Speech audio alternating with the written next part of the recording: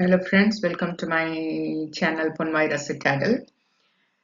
And in this video, we are going to cover the topic communication.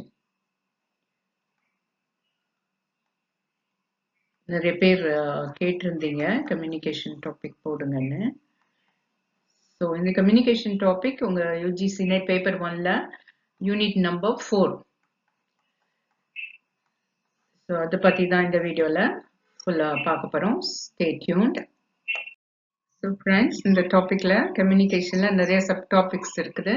நம்ம என்னென்ன பார்க்க போகிறோம்னா மீனிங், கம்யூனிகேஷன்னா என்ன, ஆக்சுவல் மீனிங், டெஃபினிஷன் என்ன, and what are the different types of communication.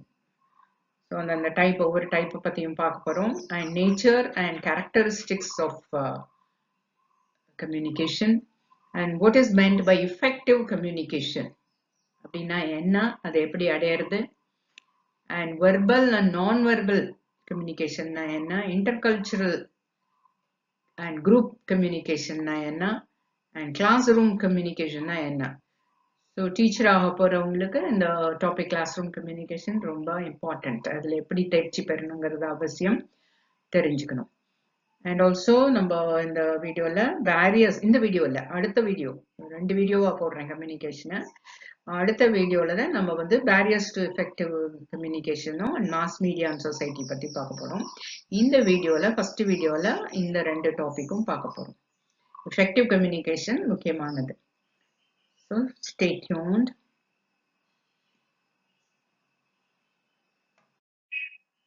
So definition of the word communication. Communicate means to share. இந்த word கம்யூனிகேஷன்ங்கிறது ஒரு பிரெஞ்சு வேர்டு. ஸோ கம்யூனிகேட்டுக்கு என்ன அர்த்தம்னா டு ஷேர். ஸோ இங்கே நம்ம என்ன ஷேர் பண்ணிக்கிறோம்? Information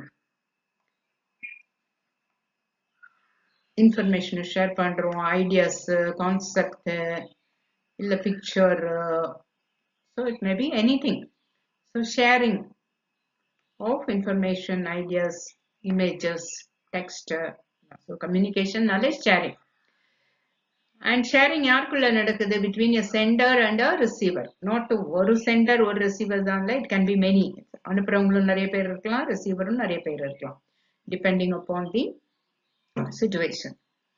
And the whole process of communication, என்னென்ன யாரெல்லாம் இருக்காங்கன்னா, the sender யார் அனுப்புறாங்களோ அவங்க, and the receiver of course அந்த இன்ஃபர்மேஷனை பெற்றுக்கொள்கிறவர், and the message, அதுவும் பார்ட் ஆஃப் த கம்யூனிகேஷன் தானே. நம்ம என்ன மெசேஜ் அனுப்புறோமோ அதுவும் தகவல் பரிமாற்றம் இல்லையா. அண்ட் மீடியம், ஸோ நம்ம எது வழியா அனுப்புறோம்? நம்ம வந்து டெக்ஸ்டா அனுப்பலாம், இல்லை வீடியோ அனுப்பலாம், இல்லை ஆடியோ அனுப்பலாம், இல்லை ஸோ எந்த ஃபார்ம்ல அனுப்புறோங்கிறது மீடியம். அண்ட் சேனல்ங்கிறது வந்து the tool, என்ன டூல் நம்ம யூஸ் பண்றோம். இட் மே பி டெலிஃபோன் வழியா அனுப்பலாம், or WhatsApp, some social media வழியா அனுப்பலாம். ஸோ இதெல்லாம் வந்து சேனல்னு சொல்றோம். அண்ட் யூ சம்டைம்ஸ் மீடியம்ங்கிறது லாங்குவேஜுக்கும் ரெஃபர் பண்றோம். ஸோ இந்த 2 வேர்டும் வந்து யூஸ்வலாக ஓவர்லாப்பிங், இது மாற்றி மாற்றி சொல்லுவாங்க. பட் ரொம்ப ஸ்ட்ரிக்டா சொல்லணும்னா மீடியம்ங்கிறது வந்து எப்படி அனுப்புறோம், வெர்பலாவா இல்லை டெக்ஸ்ட் மூலமாவா, ஓரலாவா, வீடியோவாங்கிறது தான் மீடியம். அண்ட் சேனல் வந்து என்ன டூல் யூஸ் பண்ணி அனுப்புறோம், வாட்ஸ்அப்பா இல்லை டெலிஃபோனா இல்லை ரேடியோவா, எது வழியா அனுப்புறோங்கிறது சேனல். அண்ட் ரிசீவர் பெறுநர். அண்ட் ரெஸ்பான்ஸ் அண்ட் ஃபீட்பேக், இவங்க மறுபதில் அளிக்கிறது தான் ரெஸ்பான்ஸ். அண்ட் பதிலூட்டம், என்ன சொல்றாருங்கிறது தான். இதுதான் வந்து கம்யூனிகேஷன். இது அடுத்த ஸ்லைட்ல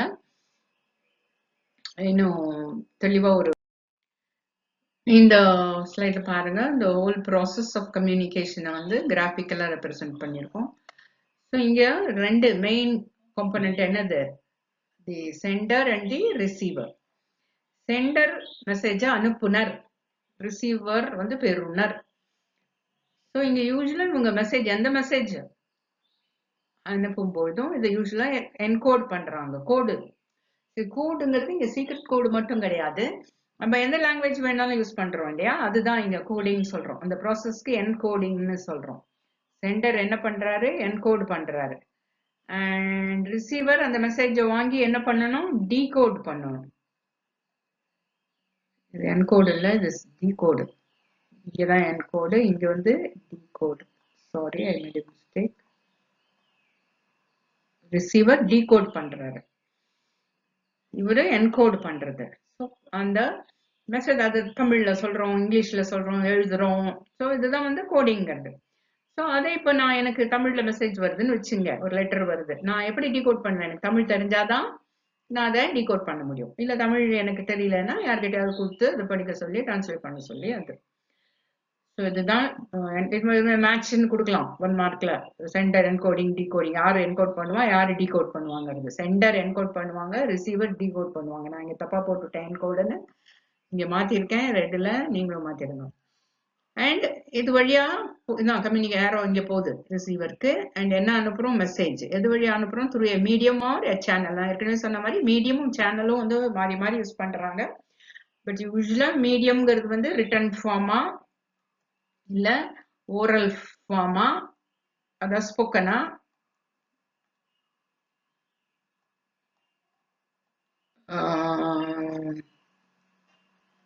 இல்ல ஆடியோவா வீடியோவாங்கிறது தான் மீடியம். அண்ட் சேனல்ங்கிறது என்ன சொன்னோம், அந்த டூல், எந்த டூல், எந்த பிளாட்ஃபார்ம் யூஸ் பண்றோம், டூல் ஆர் தி பிளாட்ஃபார்ம் தான் சேனல். இட் மே பி ரேடியோவா இருக்கலாம், ரேடியோ ஒரு டூல், இல்ல ஃபோன் ஒரு டூல், இல்ல WhatsApp, social media, any social மீடியாவும் ஒரு டூல் தான். ஸோ இதெல்லாம் வந்து சேனல்னு சொல்றது, வழியா அனுப்புறது. ஸோ மெசேஜ் இப்போ ரிசீவர் போயாச்சு, டிகோட் பண்ணி புரிஞ்சுக்கிட்டாரு. இவர் என்ன பண்ணுவாரு, ரெஸ்பான்ஸ் பண்ணுவாரு. எப்படி ரெஸ்பான்ஸ் பண்ணுவாரு, ஏதோ அவரும் அதே மாதிரி எழுத்துப்பூர்வ மூலியமாகவோ இல்ல வாய் மூலமாகவோ இல்ல படம் மூலமாகவோ இல்ல இமேஜ் மூலமாகவோ அனுப்புவார். அதான் ரெஸ்பான்ஸ்னு சொல்றோம், பதில் அளிக்கிறதுன்னு சொல்றோம் இல்லையா, அதுதான் பதில் அளிக்கிறது. அண்ட் ஃபீட்பேக், அது என்ன ஃபீட்பேக், பின்னூட்டம்னு சொல்றோம் இல்லையா. இவர் சொல்ற ரெஸ்பான்ஸ்ல இருந்து இவருக்கு அந்த பின்னூட்டம் கிடைக்கும். ஏன் நம்ம சொன்ன மெசேஜ் போய் சேர்ந்துதா, அவர் கரெக்டா புரிஞ்சுக்கிட்டாரா, அப்படிங்கறதெல்லாம் வந்து இந்த சென்டருக்கு புரிய வரும். இதான் ரெஸ்பான்ஸ்ங்கிறது இவர் பண்றது. இந்த பின்னூட்டம், இதுல இருந்து பெறப்படுற அனுபவம் தான் இந்த ஃபீட்பேக். இப்போ கிளாஸ் ரூம்ல எல்லாம் இந்த ஃபீட்பேக் ரொம்ப இம்பார்ட்டன்ட். ஏன், டீச்சர் சொல்லி கொடுத்தது ஸ்டூடெண்ட்ஸ் போய் சேர்ந்துதா அப்படிங்கிறதுக்கு. பசங்க சரியா ரெஸ்பாண்ட் பண்ணாங்கன்னா டீச்சரை பத்திய ஃபீட்பேக்கும் நல்லா இருக்குது, நல்லபடியா கிளாஸ் நடத்துதுங்கிறது அர்த்தம். ஸோ இதெல்லாம் இதுதான், இந்த சைக்கிள் தான் தொடர்ந்து நடக்குது. இன்னும் இந்த கம்யூனிகேஷன் தொடரலாம், இவர் இன்னும் மேல கொண்டு ஏதாவது சொல்லலாம், அதனால தான் சைக்கிள். ஆர் இதோட நின்று போயிடலாம், அப்படியும் அது டிபெண்டிங் அப்பான் தி. இதுதான் பொதுவா நடக்கிறது ஒரு கம்யூனிகேஷன்னா, இந்த தகவல் பரிமாற்றம். தகவல் பரிமாற்றம்,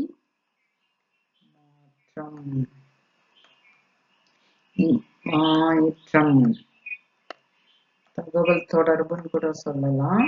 ஆனா இங்க நடக்கிறது என்னது, பரிமாற்றம் தான் நடக்குது. இவர்கிட்ட இவர்கிட்ட போகுது இன்ஃபர்மேஷன், இவர்கிட்ட இருந்து ரெஸ்பாண்டும் ஃபீட்பேக்கும் இவருக்கு கிடைக்குது. Alright.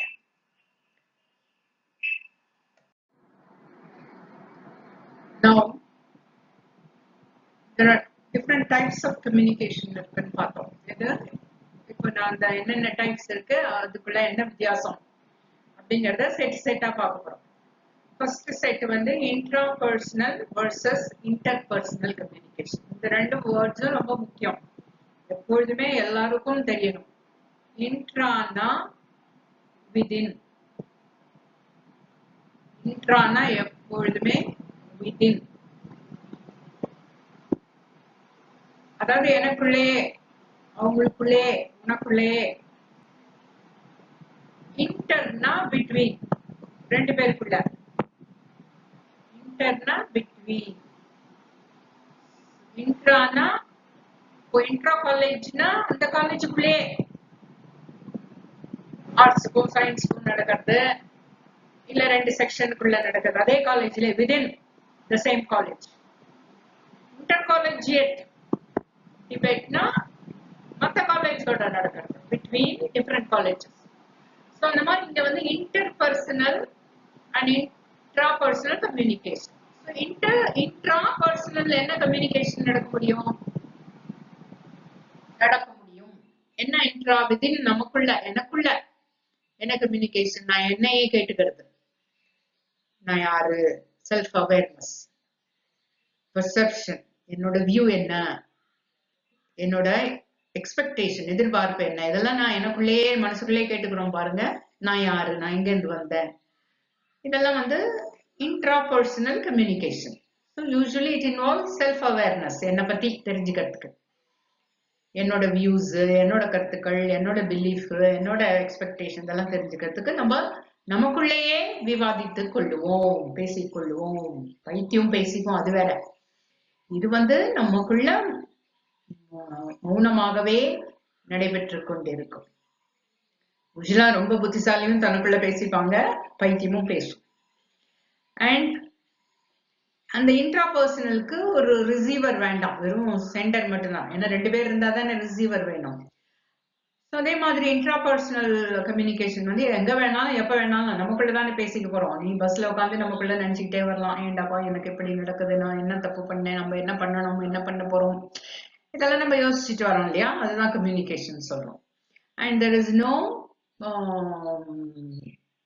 Receiver and no feedback, no response. Receiver இல்லைங்கிறதுனால ஃபீட்பேக்கும் கிடையாது, ரெஸ்பான்ஸும் கிடையாது.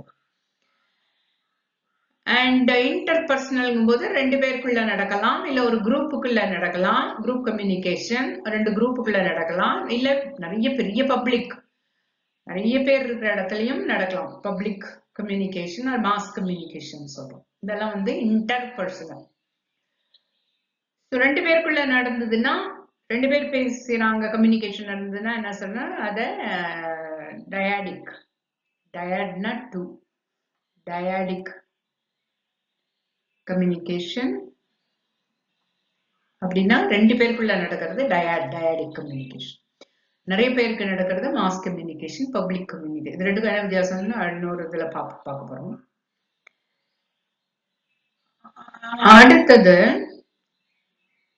இப்போ வந்து இந்த இன்டர்பர்சனலுக்கு எப்பொழுதுமே ரெஸ்பான்ஸ் உண்டு, ஃபீட்பேக் உண்டு. அண்ட் அது எப்படி இருக்கலாம்? அந்த ஃபீட்பேக் எல்லாம் ரிட்டனா இருக்கலாம், வெர்பலா இருக்கலாம், நான் வெர்பலா இருக்கலாம். அண்ட் இந்த இன்டர்பர்சனல் வந்து ஃபார்மல் சரௌண்டிங்ஸ்ல நடக்கலாம், இன்ஃபார்மல் சரௌண்டிங்ஸ்ல நடக்கலாம்.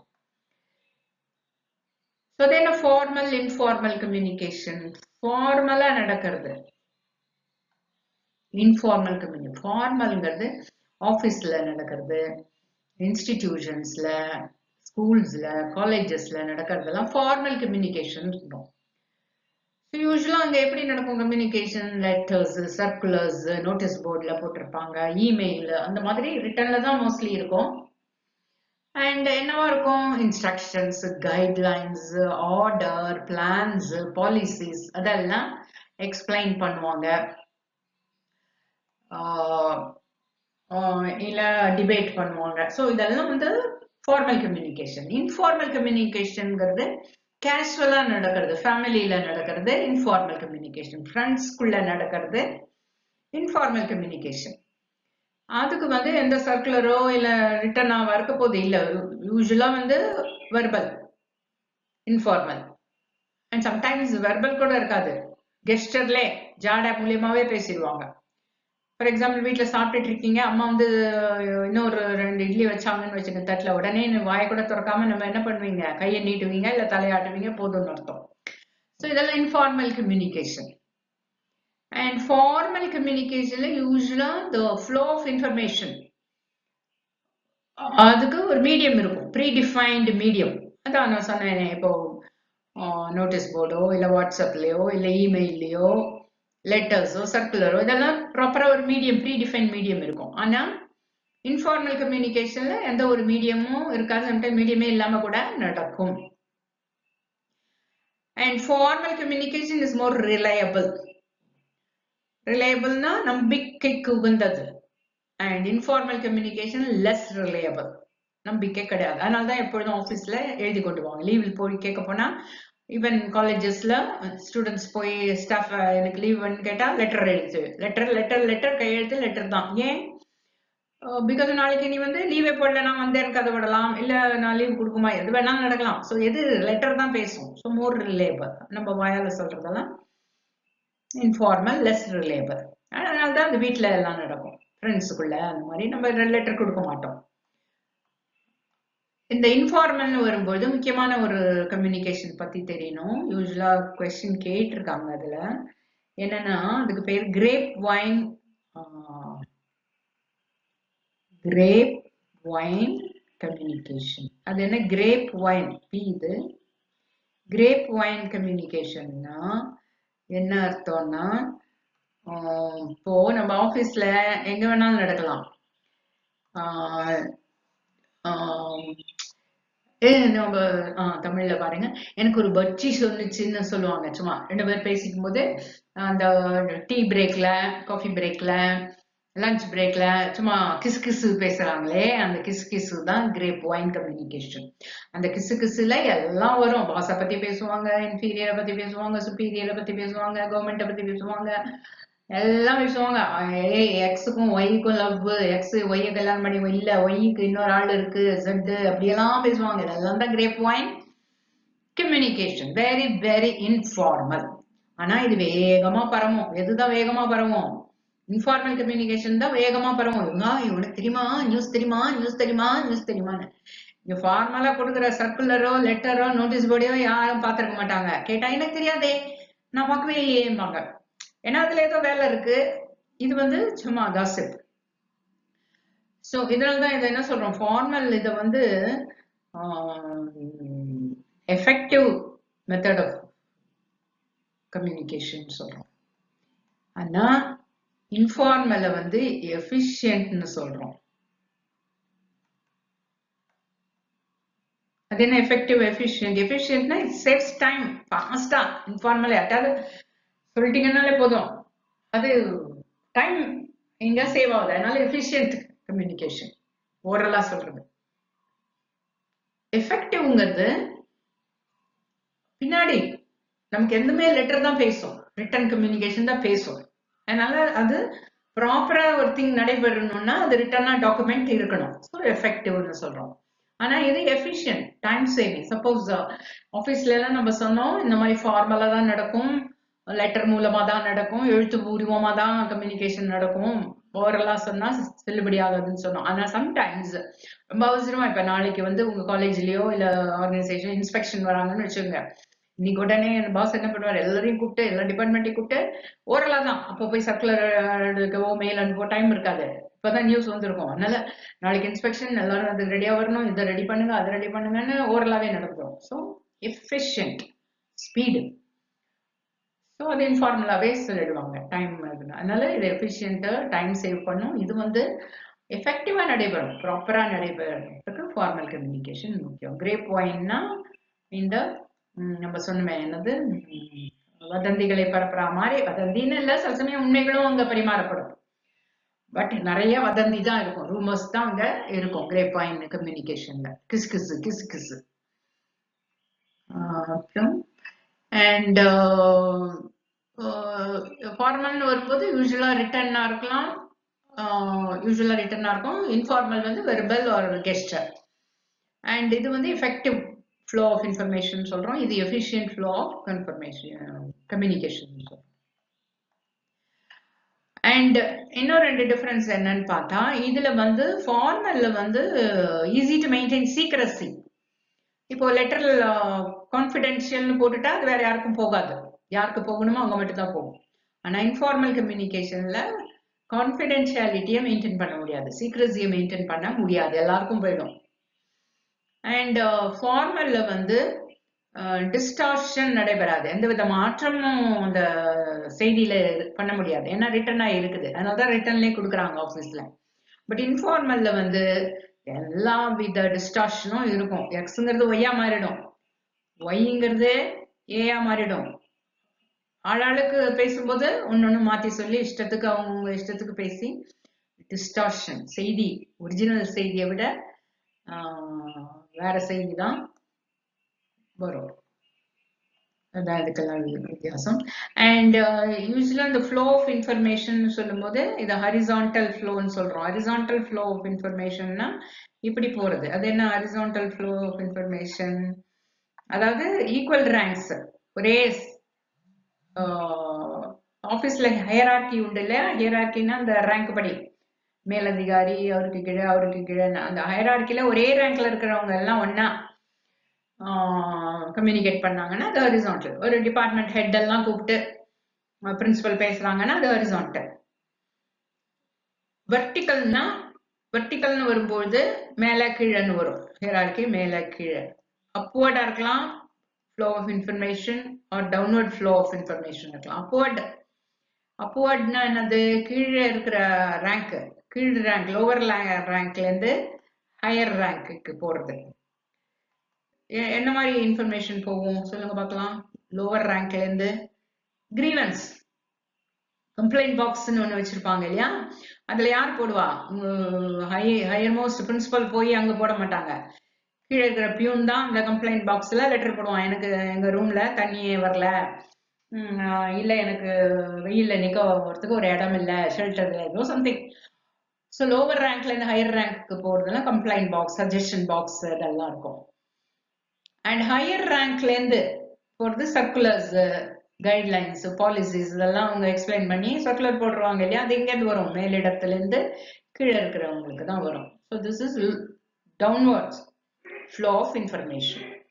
அண்ட் டயகனல்ங்கிறது வேரியஸ், ரெண்டும் இல்லாம எல்லா ரேங்க்குக்கும் இஷ்டத்துக்கு போறது வந்து diagonal flow of information. So information flow based upon the flow of information, it can be horizontal, it can be vertical upward, or it can be vertical downward, or sometime it can be diagonal. The hierarchy பார்க்காம இது எப்படி போகும் சொல்லுங்க பார்க்கலாம்? Performance assessment report. ID கம்பெனிலாம் performance assessment எங்கேருந்து எங்க போகும்? மேல் அதிகாரிகிட்ட இருந்து கீழே போகும் இல்லையா? அவர் தான் பண்ணி அனுப்புவாரு. ஸோ அது வந்து டவுன்வர்ட் ஃப்ளோ.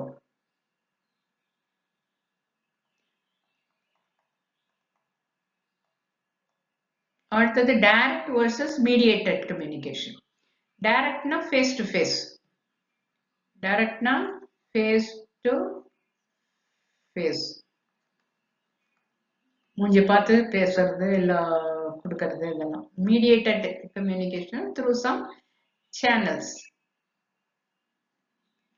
போனோ இல்ல ரேடியோவோ, டிவியோ, வாட்ஸ்அப்போ, ஒரு மீடியா யூஸ் பண்றது mediated. Direct face to face. இதேதான் டைரக்டா தான் என்ன சொல்றோம்? கண்டிகுவஸ். மீடியேட்டட் கம்யூனிகேஷன் நான் கண்டிகுவஸ்னு சொல்றோம். சேம் தான், வேற வேர்ட்ஸ்ல சொல்றோம். கண்டிகுவஸ்னா direct contact as in face to face. நான் கண்டிகுவஸ்னா ஃபேஸ் டு ஃபேஸ் கிடையாது, ரேடியோ மூலமா கம்யூனிகேட் பண்றது, டிவி மூலமா கம்யூனிகேட் பண்றது, through a medium, that is non contiguous. So இதான் different type of communication. So இது எப்படி குரூப் கிளாசிஃபை பண்றதுன்னா பேஸ்ட் அப்பான் டிஃப்ரெண்ட், எத்தனை பர்சன்ட் இருக்குது, நான் யாருக்குள்ள பேசிக்கிறாங்க, எங்க நடக்குது, எதன் மூலமா நடக்குது, இதெல்லாம் வச்சு இந்த மாதிரி டிஃப்ரெண்ட் டைப்ஸா நம்ம வகை படுத்திக்க. இந்த பேரெல்லாம் தெரிஞ்சிடணும். கிரேப் ஒயின் கண்டிப்பா தெரிஞ்சிடணும், ஒரு எக்ஸாம்ல வந்தது. Nature and characteristics of communication. Communication இந்த ப்ராசஸ்க்கு அதோடைய பண்புகள்லாம் என்னென்ன, இயல்பு என்ன, பண்பு என்னன்னு பார்க்க போறோம். It is an art and science. நம்ம யூஸ்வலா ஆர்ட் குரூப், சயின்ஸ் குரூப்னு ரெண்டு திட்டவட்டமா பிரிச்சிருவோம். அப்படி ரொம்ப ஸ்ட்ரிக்டா பிரிக்க முடியாது. ஏன்னா கம்யூனிகேஷன் இன்வால்வ்ஸ் போத். அது ஒரு ஆர்ட்னு, ஒரு கலைன்னு சொல்றோம், அது ஒரு அறிவியல்னு சொல்றோம். ஏன்? நிறைய பிரின்சிபல்ஸ் இருக்கு. ஸோ கம்யூனிகேஷன் இப்போ நமக்கு தியரி இருக்கு, இதுல என்னென்ன ப்ராசஸ்க்கு என்னென்ன வேணும்னு திட்டவட்டமா பார்த்தோம். இந்த மாதிரி எப்பொழுதுமே தியரி, பிரின்சிபல்ஸ் இதெல்லாம் இந்த சயின்ஸுக்கு தான் இருக்கும். ஸோ அதே மாதிரி ஆர்ட்ஸ் ஏன் சொல்றோம்னா, இது வந்து கம்யூனிகேஷன் திறம்பட கம்யூனிகேட் பண்றதுங்கிறது ஒரு பெரிய கலை, எல்லாருக்கும் வந்துடாது அது. ஸோ அதனால வந்து நிறைய டெக்னிக்ஸ் இருக்கு, நிறைய ஸ்கில்ஸ் இருக்குது. அதனாலலாம் இது வந்து ஆர்ட்னு சொல்றோம், சயின்ஸ்னு சொல்றோம். இது ரெண்டும் சேர்ந்து இருக்கிறதுனால இது வந்து ஒரு பெரிய ஆர்ட் தான் சொல்ல முடியாது. இது அப்படியே சயின்ஸ், நம்மளால திட்டவட்டமா இந்த பிரின்சிபல் தியரி எல்லாம் கத்துக்கிட்டு பண்ண முடியும்னு கிடையாது. நம்ம ஸ்கில் அப்ளை பண்ணணும், நாலேஜ் கெயின் பண்ணணும், தியரியை தெரிஞ்சுக்கணும். so many things are there. So that is why we call it as a complex process ன்னு சொல்றோம். இது ஈஸியா சிம்பிள் கிடையாது, இது காம்ப்ளெக்ஸ் ப்ராசஸ். ஏன்னா இது ஒரு ஆர்ட்டாவும் இருக்கு, சயின்ஸாவும் இருக்குது. அண்ட் இதுல ஃப்ளோ ஆஃப் இன்ஃபர்மேஷன் நம்ம ஏற்கனவே பார்த்துட்டோம். கம்யூனிகேட்னாலே ஷேரிங் ஆஃப் தகவல் பரிமாற்றம். என்னத்தை பரிமாறுறோம்? இன்ஃபர்மேஷன், தகவல்களை பரிமாறுறோம், கருத்துக்களை பரிமாறுறோம். அண்ட் இப்போ இது காம்ப்ளெக்ஸ்ன்னு சொன்னா கூட இது வந்து லேர்னபிள், நம்மளால கத்துக்க முடியும், வளர்த்துக்க முடியும்.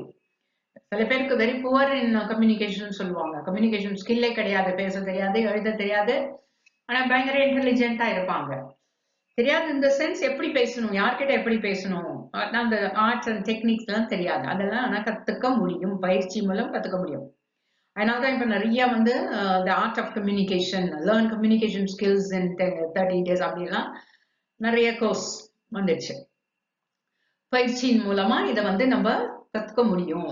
எப்படி கம்யூனிகேட் பண்றது, ரிட்டனாவோ ஓரலாவோ எப்படி கம்யூனிகேட் பண்றது, யார்கிட்ட எப்படி கம்யூனிகேட் பண்ணணும், ஸோ இதெல்லாம் வந்து கத்துக்க முடியும். டைனமிக், இது வந்து ஸ்டாட்டிக் கிடையாது. அப்படியே ஒரு என்ன சொல்றது, ஸ்டாட்டிக்னா அப்படியே சும்மா அப்படியே இவங்க இன்ஃபர்மேஷன் தகவல் அனுப்புறாங்க, இவங்க வாங்கிக்கிறாங்க, வாங்குறாங்க, தகவல் அனுப்புறாங்க, தூக்கி போடுறாங்க, அப்படி அந்த மாதிரி ஒரு செயலற்ற நிகழ்ச்சி கிடையாது. இது ஒரு பயங்கரமான ஒரு செயல்பாட்டுடன் கூடிய அதீத செயல்பாட்டுடன் கூடிய ஒரு நிகழ்ச்சி. நம்ம ஏற்கனவே அந்த ப்ராசஸ் பார்த்தோம். இட் இஸ் அ சைக்கிள் போட்டோம். சென்டர் ரிசீவர், இந்த பக்கம் சென்டர் போட்டோம், இந்த பக்கம் ரிசீவர் போட்டோம். அண்ட் இவங்க ஒருத்தராகவும் இருக்கலாம், 2 பேராகவும் இருக்கலாம், 3 பேரா இருக்கலாம், குரூப்பா இருக்கலாம், மாஸா இருக்கலாம், பப்ளிக்கா இருக்கலாம்னு பார்த்தோம். இவங்க வந்து என்கோட் பண்ணணும், என்ன மெசேஜோ அதை வந்து என்கோட் பண்ணணும். அதை வந்து அந்த பாஷையிலையோ இல்ல அதை வந்து உங்க ப்ரோக்ராமிங் கோடோ எழுதணும். எல்லா கோடுன்னா உடனே ப்ரோக்ராமிங் தான் கிடையாது. ஈவன் இங்கிலீஷ்ல எழுதுறது கூட என்கோடு தான் ரிட்டனா எழுதணும். அது ரிசீவர் வந்து என்ன பண்ணணும், டீகோட் பண்ணணும். அடுத்தது வந்து இதை எது வழியா அனுப்புறாங்க, மீடியம் வழியா இந்த இதை அனுப்பலாம், இல்லை சேனல்ல மீடியம் வழியா அனுப்புறாங்க.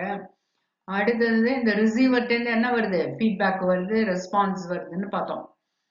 ஸோ ரெஸ்பான்ஸ் அண்ட் ஃபீட்பேக் அது எங்க போகுது, மறுபடியும் சென்டருக்கு போகுது. மறுபடியும் அது வந்து திருப்பியும் சென்டர் இந்த ஃபீட்பேக்கை பார்த்து மறுபடியும் கொஞ்சம் மாற்றி மெசேஜ் அனுப்பலாம். ஸோ இது கீப் ஆன் கண்டினியூஸாக போயிட்டே இருக்கும். அதனால தான் சைக்கிளிக்கல் ஆர் கண்டினியூஸ். இப்போ டீச்சர் கிளாஸ் ரூம்ல டீச் பண்றாங்கன்னா சென்டர் டீச்சர், ரிசீவர் டெஸ்ட் கொடுக்குறாங்க, டெஸ்ட் நான் நல்லா பண்ணேன்னா ஓகே, அடுத்த டெஸ்ட், அடுத்த டெஸ்ட், அடுத்த டெஸ்ட்.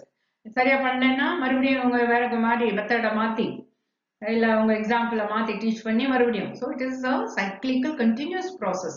அவங்களுக்கு என்ன வேணும், அவங்க நான் சொல்ல வந்ததை அந்த ஸ்டூடெண்ட் நல்லா புரிஞ்சு கம்ப்ளீட்டா புரிஞ்சுக்கிட்டாதான் அவங்க இந்த இன்ஃபர்மேஷன் அனுப்புறத நிறுத்துவாங்க. அது எனி கைண்ட் ஆஃப் இன்ஃபர்மேஷனா இருக்கலாம், எனி மெத்தட் ஆஃப் டீச்சிங்கா இருக்கலாம். ஸோ அவங்க இன்ஸ்ட்ரக்ஷனை அப்புறம் தான் நிறுத்துவாங்க, அடுத்த டெஸ்ட் அப்படி. So send as well as receive idea. So இங்க வந்து சென்டர் வந்து ரிசீவராகவும் இருக்கிறாங்க, ரிசீவர் சென்டராகவும் இருக்காங்க. இப்போ என்னன்னா ரிசீவர் வந்து ரெஸ்பான்ஸ் கொடுத்தோடனே அதை வாங்கி படிக்கணும் யாரு, சென்டர் பார்த்து ஓ இந்த ரெஸ்பான்ஸ் சரியில்லை, நம்ம சொன்னது புரியல போல இருக்கு அப்படின்னு வேற மாதிரி இன்ஃபர்மேஷனை கொடுக்குறாங்க. ஸோ இதெல்லாம் வந்து சென்டர் அப்போ என்னவாயிடுறாங்க, ரிசீவர் ஆயிடுறாங்க. ரிசீவர் வந்து அதை அவங்க அனுப்புறாங்க. ஸோ இது மாறி மாறி 2 பேரும் 2ஆகவும் ஆக்ட் பண்ண வேண்டியிருக்கும். அதனால தான் சைக்கிளிக்கல் ஆர் கண்டினியூஸ் சொல்றோம். அண்ட் ஏற்கனவே ஸ்லைட்ல பார்த்தோம், it can be direct or indirect. Communication can be டைரக்ட்னா என்னன்னு சொன்னோம், ஃபேஸ் டு ஃபேஸ், நேர்ல உட்காந்து இப்போ கிளாஸ் ரூம்ல டீச்சர் நின்றுட்டு பிளாட்ஃபார்ம்ல நின்றுட்டு இருக்காங்க, அது ஃபேஸ் டு ஃபேஸ் கம்யூனிகேஷன். அப்படி இல்லாம இன்டைரக்டா through some medium or channel. இப்போ டிவியில வந்து பொலிட்டீஷியன்ஸ் எல்லாம் அந்த எலெக்ஷன் மேனிஃபெஸ்டோ எல்லாம் சொல்றாங்க இல்லையா, அதெல்லாம் வந்து indirect communication. Face to face கிடையாது, ஏதோ ஒரு மீடியத்தை யூஸ் பண்ணி பேசுறது. அண்ட் ஃபார்மல்னா என்னன்னு பார்த்தோம், இன்ஃபார்மல்னா என்னன்னு பார்த்தோம். இன்ஃபார்மல்னா ஃப்ரெண்ட்ஸுக்குள்ள வீட்டில் நடக்கிற கம்யூனிகேஷன், அது முக்கால்வாசி நான் வெர்பலா இருக்கும், கெஸ்டரலா இருக்கும். கெஸ்டர் கை சைகைகள் மூலமாவோ கண் ஜாடை மூலமாவோ இருக்கும்னு பார்த்தோம். அண்ட் ஃபார்மல்னா அஃபிஷியலா நடக்கிறது, யூஸ்வலா ரிட்டர்னா தான் இருக்கும், சம்டைம்ஸ் வெர்பலாவும் நடக்கலாம்னு பார்த்தோம். அண்ட் இன்ஃபார்மலுக்கு கிரேப் வைன்னா என்னன்னு பார்த்தோம். கிரேப் வைன்னா வதந்தி கிசு கிசுன்னு பார்த்தோம். ஓகே, அடுத்தது 7 C's ஆஃப் கம்யூனிகேஷன் என்னது? 7 C's கம்யூனிகேஷனுக்குரிய முக்கியமான ஆஸ்பெக்ட்ஸ் 7 Cகள் என்னது? 7 Cகள் 7 C's சொல்லுங்க பார்க்கலாம். கெஸ் பண்ணுங்க. கம் ஆன், அழிக்கிறதுக்குள்ள நீங்க கெஸ் பண்ணி எழுதிடுவீங்க. இப்பதான் எழுத கத்துக்கிட்டேன். what you call that XP penல 7 C's. First வந்து clarity. ஃபர்ஸ்ட் C என்னது? clarity. என்ன அதுக்கு அவ்வளவு முக்கியம்? கம்யூனிகேஷன் எப்படி இருக்கணும்? கிளியரா இருக்கணும். clarity. அடுத்தது என்னது? கம்ப்ளீட்டா இருக்கணும். அனுப்புற இன்ஃபர்மேஷன் கம்ப்ளீட்டா அறகுறையா இருந்ததுன்னா அது ரிசீவர் ஏற்கனவே அறகுறை, அண்ட் கம்ப்ளீட்டா இருக்கணும். அதே சமயம் கன்சைஸா இருக்கணும். கன்சைஸ்னஸ்.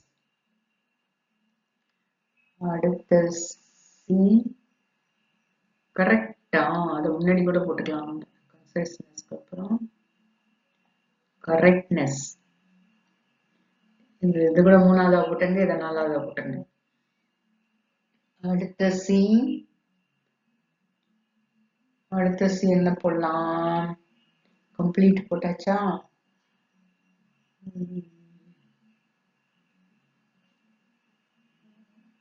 கரெக்ட், கன்சைஸ்னஸ் போட்ட. கான்கிரீட்னஸ்.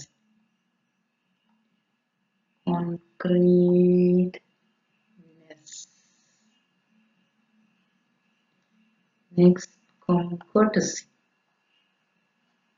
அது என்ன? courtesy இருக்குங்களா?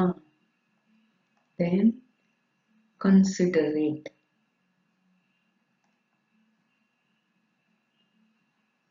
அப்பா, இந்த பென் வச்சு எழுதிட்டேன். ஓரளவுக்கு இப்பதான் எழுத வருது பிராக்டிஸ் பண்ணி. So 7 C's. கிளாரிட்டி, கிளியரா இருக்கணும். நீங்க கம்யூனிகேட் பண்ணும்போது அது எழுத்து மூலமாகவோ வாய் சொற்கள் மூலமாகவோ எதா இருந்தாலும் கிளியர் கட்டா இருக்கணும். அப்பதான் அந்த ரிசீவர் அதை புரிஞ்சுக்கிட்டு அதன்படி செயல்பட முடியும். உங்க எழுத்து நல்லா இல்ல, ஏதோ ஒரு சர்க்குலர் அனுப்புறீங்க, கையில எழுதி டீச்சர் போர்ட்ல எழுதுறீங்க, ஐயோ இப்ப நான் எழுதிருக்கேன் அது கிளாரிட்டி இல்லைன்ற போறீங்க. இப்ப கஷ்டப்பட்டு நானு இந்த பென் வச்சு எழுத கத்துக்கிட்டேன். இங்க் பேடா ஓடி கால் தட் எக்ஸ்பி பென் இல்ல, யூஸ்வலா அது வெளியில ஓடிடும். ஸோ இந்த எழுத்தை வச்சு கலாட்டா பண்ணாதீங்க. நான் வந்து இப்பதான் கத்துக்கிட்டு வரேன். ஸோ கிளியரா இருக்கணும். நீங்க எழுத்தா இருந்தாலும் சரி, அது வாயால சொல்றதா இருந்தாலும் கிளாரிட்டி வேணும். உங்க கம்யூனிகேஷன்ல உங்க லாங்குவேஜ் எதா இருந்தாலும் சரி, கிளாரிட்டி இருக்கணும். அப்பதான் நீங்க என்ன சொல்ல வரீங்கிறத ஆடியன்ஸை போய் சேரும். அதர்வைஸ் கம்யூனிகேஷன் பர்பஸே போயிடும். கம்ப்ளீட்டா சொல்லணும். எதை சொல்ல வரீங்களோ அதை முழுமையா சொல்லணும். இப்போ அரைக்குறையா விட்டீங்கன்னா அரைக்குறை மெசேஜ் தான் போய் சேரும். அதுக்கேற்றபடிதான் ரிசீவர் அதுக்கேற்றபடிதான் ரெஸ்பாண்ட் பண்ண முடியும். கம்ப்ளீட்டா இருக்கணும். கன்சைஸா இருக்கணும். கன்சைஸ்னா அது டு த பாயிண்ட், பிரிஸ்கா, ஷார்ட்டா இருக்கணும். அதான் கிஸ் பிரின்சிபல்னு சொல்றோம். நடுவில் புள்ளி உண்டு, ஜாகிரதை. KISS, கிஸ் பிரின்சிபல்னா என்னது? Keep it simple and short. Any communication should be simple and short. Keep it simple and short. Simple இருக்கணும், ஷார்ட்டா இருக்கணும். அப்பதான் அது கரெக்டா போய் சேரும். இதுதான் கிஸ் பிரின்சிபல்னு சொல்றோம். கன்சைஸா இருக்கணும். ஏன்னால்தான் இந்த மாதிரி பிரின்சிபல்லாம் இருக்கனால இது சயின்ஸ்னு சொல்றோம் கம்யூனிகேஷன். And correctness. நீங்க அனுப்புற மெசேஜோ தகவலோ இல்ல ஐடியாவோ கருத்தோ என்னவோ அது வந்து கரெக்டா இருக்கணும், தப்பா இருக்கக்கூடாது. அண்ட் கான்கிரீட்னஸ், கான்கிரீட்டா இருக்கணும். கான்கிரீட்னா உங்களால பார்க்க முடியணும், கேட்க முடியணும், தெரிஞ்சுக்க முடியணும், அறிய முடியணும். ஸோ சம் அப்டிராக்ட் ஐடியாஸை போட்டு சொதப்பக்கூடாது. கான்கிரீட் ஐடியாஸ் இருக்கணும். அதாவது கான்கிரீட்னா என்னது? இப்ப இந்த கலர் பார்த்தா உங்களால கான்கிரீட்டா சொல்ல முடியும், இது ரெட்டு இது பிளாக்குன்னு. எப்படி? பிகாஸ் கண்ணால பார்க்க முடியுது. ஸோ அந்த மாதிரி கான்கிரீட் ஐடியாஸ் சொல்லணும், எழுதணும் முதல்ல. அண்ட் ஈவன் அப்டிராக்ட் ஐடியாஸ் சொல்லும் போது கான்கிரீட்டை வச்சு எக்ஸாம்பிளா வச்சு சொல்லிக் கொடுக்கணும். அண்ட் கர்டசி, பொலைட்டா இருக்கணும். உங்க கம்யூனிகேஷன் ரிட்டனா இருந்தாலும் சரி, வர்பலா இருந்தாலும் சரி, யாருக்கு எப்படி மேலதிகாரிக்கு சொன்னாலும் சரி, சக அதிகாரிகளுக்கு சொன்னாலும் நமக்கு கீழே இருக்கிற பணியாளர்களுக்கு சொன்னாலும் இருக்கணும், courteous-ஆ இருக்கணும். அது அவர்களுக்குரிய மரியாதையும் மதிப்பையும் உங்கள் எழுத்து நடையிலும் சொல் நடையிலும் காண்பிக்க வேண்டும். அண்ட் கன்சிடரேட்னா நீங்க சொல்ற சொல்ல செயல் எல்லாத்துலயும் வந்து ஒரு மத்தவங்களை எம்பத்தின்னு சொல்றோம் இல்லையா, அவங்களோட கஷ்டத்தை புரிஞ்சு நான் இப்போ ஒரு டாஸ்க் கொடுக்குறவங்களுக்கு 20 டாஸ்கை கொடுத்து இன்னைக்கு 1 மணி நேரத்துல கொடுக்கணும்னா முடிகிற காரியமா அது. அந்த மாதிரி நான் உங்களோட நிலைமையை நான் புரிஞ்சுக்கிட்டு அதுக்கேற்றபடி நான் கன்சிடரேட் ஆகிறேன். ஸோ இந்த 7 C's இருந்தாதான் உங்க communication will be effective and successful.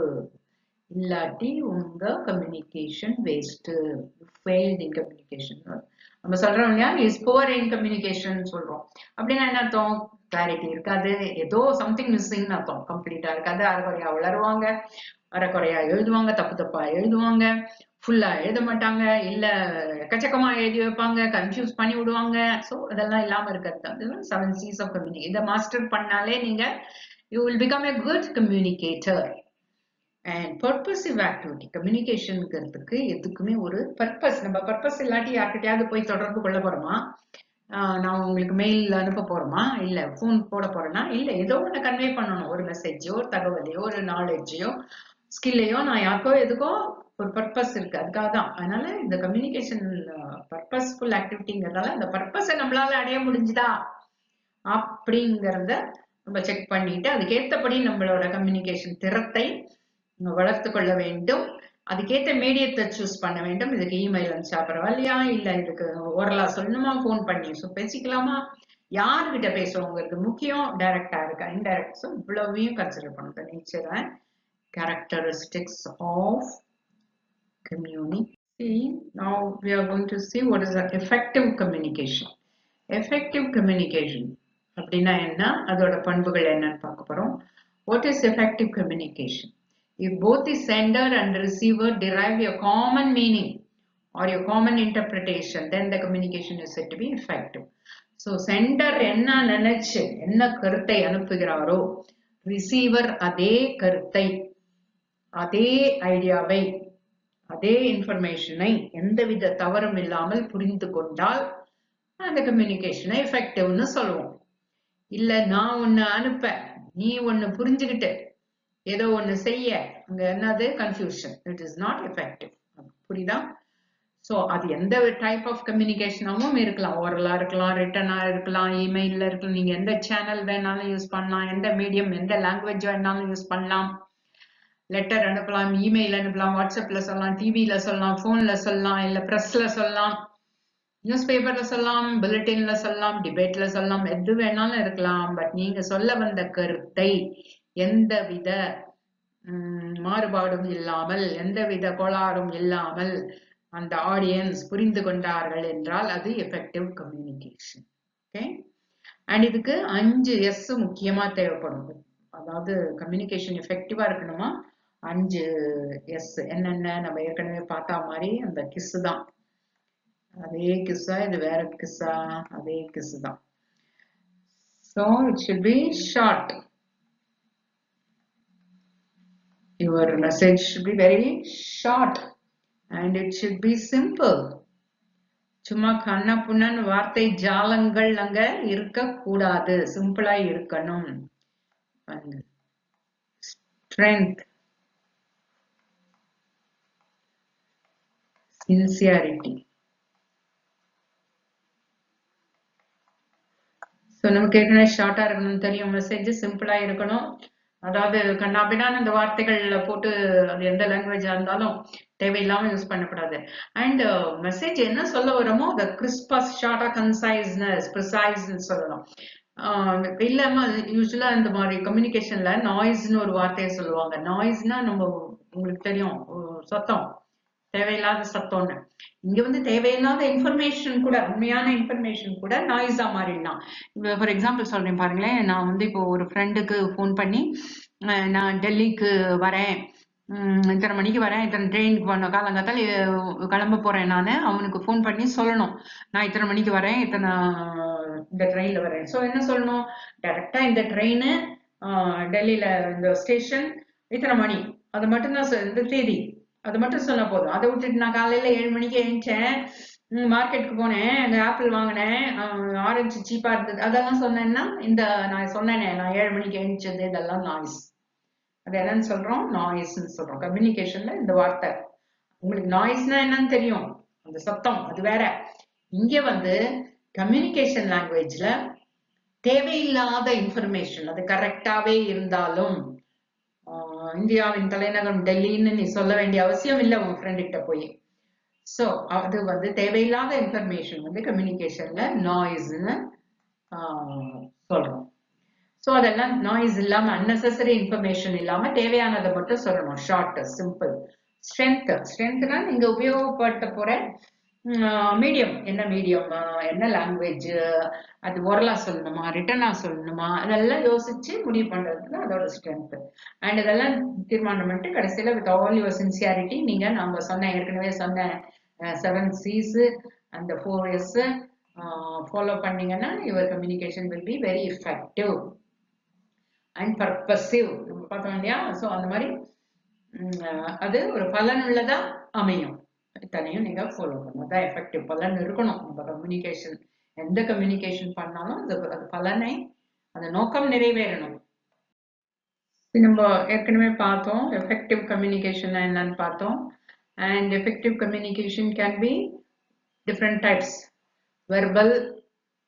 வெர்பல்னா நேர் பேசுறது, ஸ்போக்கன், ஓரலா பேசுறது, or written, second type. Non-verbal communication na usually it is using gestures na நம்ம body language.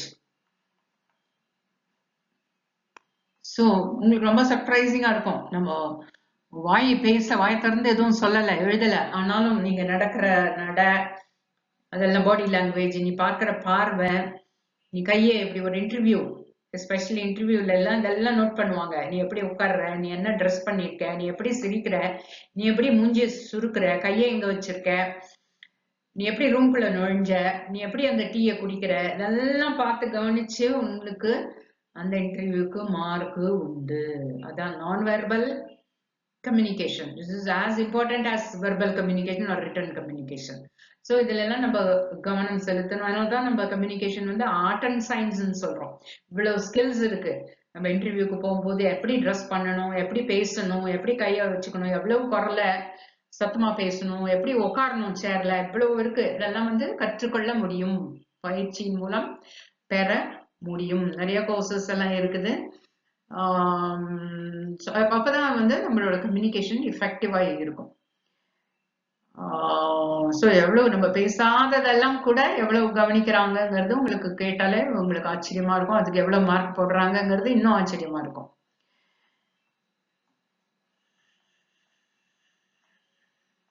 என்ன லாங்குவேஜ் யூஸ் பண்றோம், இதெல்லாமே முக்கியம். அண்ட் அடுத்தது இன்டர் கல்ச்சுரல் கம்யூனிகேஷன். ரெண்டு கல்ச்சர்னா ரெண்டு group of people belonging to different culture. இப்ப நம்ம இந்தியாவிலே எடுத்துக்கலாம். நம்ம இந்தியால இருந்து வேற மும்பைக்கு போறோம், இல்ல வேற எங்கேயோ புனேக்கு போறோம்னா அங்க போனா அங்க லாங்குவேஜ் வேற, அவங்க ட்ரெஸ் வேற, அவங்க சாப்பிடுற சாப்பாடு வேற, அவங்க பேசுற பாஷை வேற, அவங்க கும்பிடுற சாமி வேற, அவங்க பண்ற டெய்லி ரொட்டீன் வேற. ஸோ நம்ம அவங்கள கம்யூனிகேட் பண்ணணும்னா காமன் லாங்குவேஜ் வேணும். யூஸ்வலா நம்ம வந்து இங்கிலீஷ் இன்டர்நேஷனல் லாங்குவேஜ்ங்கிறதுனால, விண்டோ லாங்குவேஜ்ங்கிறதுனால நம்ம இங்கிலீஷ் யூஸ் பண்ணிக்கிறோம். அதான் இன்டர் கல்ச்சுரல் கம்யூனிகேஷன். அண்ட் அது நம்ம இந்தியாவுக்குள்ளே நான் சொல்றேன், இன்னும் வெளிநாட்டை பத்தி உங்களுக்கு இன்னும் தெரியும். அண்ட் குரூப் கம்யூனிகேஷன் குரூப்புக்குள்ள நடக்கிறது. இன்டர் குரூப் யூஸ்வலா கிளாஸ்ல டிபேட் வைப்பாங்க, செமினார் டிபேட், இதெல்லாம் வந்து குரூப் டிஸ்கஷன், குரூப் கம்யூனிகேஷன். அதுக்குன்னு சில ரூல்ஸ் அண்ட் ரெகுலேஷன்ஸ் இருக்குது. தென் மாஸ் கம்யூனிகேஷன் இருக்கு, பப்ளிக் கம்யூனிகேஷன் இருக்கு. மாஸ் கம்யூனிகேஷன்ங்கிறது வந்து நிறைய பேர்கிட்ட கம்யூனிகேட் பண்றது, அதே தான் பப்ளிக்கும். என்ன வித்தியாசம்னா, பப்ளிக் கம்யூனிகேஷன்ல உங்களுக்கு முன்னாடி டைரக்டா ஆடியன்ஸ் உட்காந்துருப்பாங்க. இப்போ பப்ளிக் ஸ்பீக்கிங், இந்த கட்சி மீட்டிங்லாம் பார்த்துருப்பீங்க இல்லையா, மேல ஸ்டேஜ் போட்டு அதுல நின்றுட்டு உங்களோட கருத்துக்களை சொல்வார்கள். எதுக்கு வந்து அந்த கிரவுண்ட்ல, அந்த மைதானத்துல நிறைய பேர் உட்காந்துருப்பாங்க. So face to face. இது பப்ளிக் கம்யூனிகேஷன். மாஸ் கம்யூனிகேஷன்ங்கிறது நேர்ல உட்காந்துருக்க மாட்டாங்க, பட் ரேடியோ மூலமா சொல்லுவாங்க. அதே கட்சிக்காரங்க ரேடியோ மூலமாவோ டிவி மூலமாவோ சொல்றது மாஸ் கம்யூனிகேஷன். பட் இங்க கேதரிங் வந்து ஹியூஜ் ஆடியன்ஸ் வந்து நிறைய பேர், குரூப்பை தாண்டியும் மாஸ் பப்ளிக்ங்கிறது ரொம்ப பெரிய கூட்டம். அண்ட் ஃபைனலா class room communication. Class room communication